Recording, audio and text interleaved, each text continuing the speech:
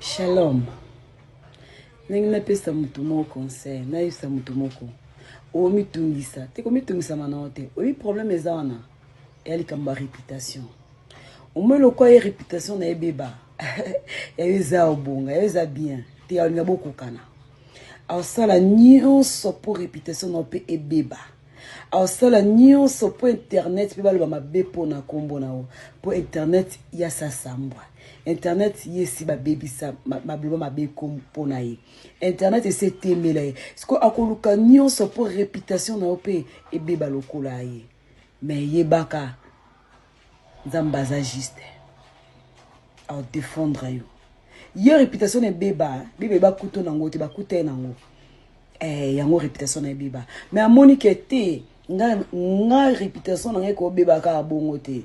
Po anini yefu bazala ba mal bien pona e. Po ani yefu azala ka bien. Alors fona lukana détruire. Donc assez ba stratégie nyonso en kota partout pour capable détruire réputation na. A utiliser domaine nyonso pour aluka a détruire réputation na. Mais lo mona koloba na o. Kubanga te ata luka baby sayo ya yo beba lokwa ayete ata luka baby sayo ya yo ezaka lokwa ayete ya likamba réputation so yo baby sa réputation na yo po tambola ki mabe. Alors pourquoi on a jaloux na muto tambola malam? Pourquoi luko baby sa réputation muto tambola malam? Na makamba kokosa na makamba lokuta nzamba frappé yo mutu mabas mona na loko azo gagner mutu mabas mona na loko la azo nyoso teza na advantage na ye.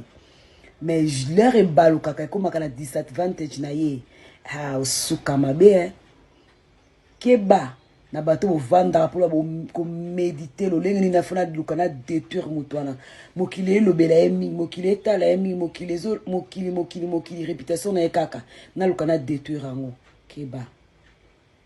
Keba, yon to mesana kolka ou détruire réputation battre. Ou baby sa réputation na yo. Ou comment le roi Thompson a wonza bitula.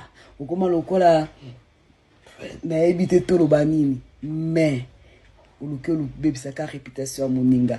Ou le baby sa ka réputation moninga. Keba.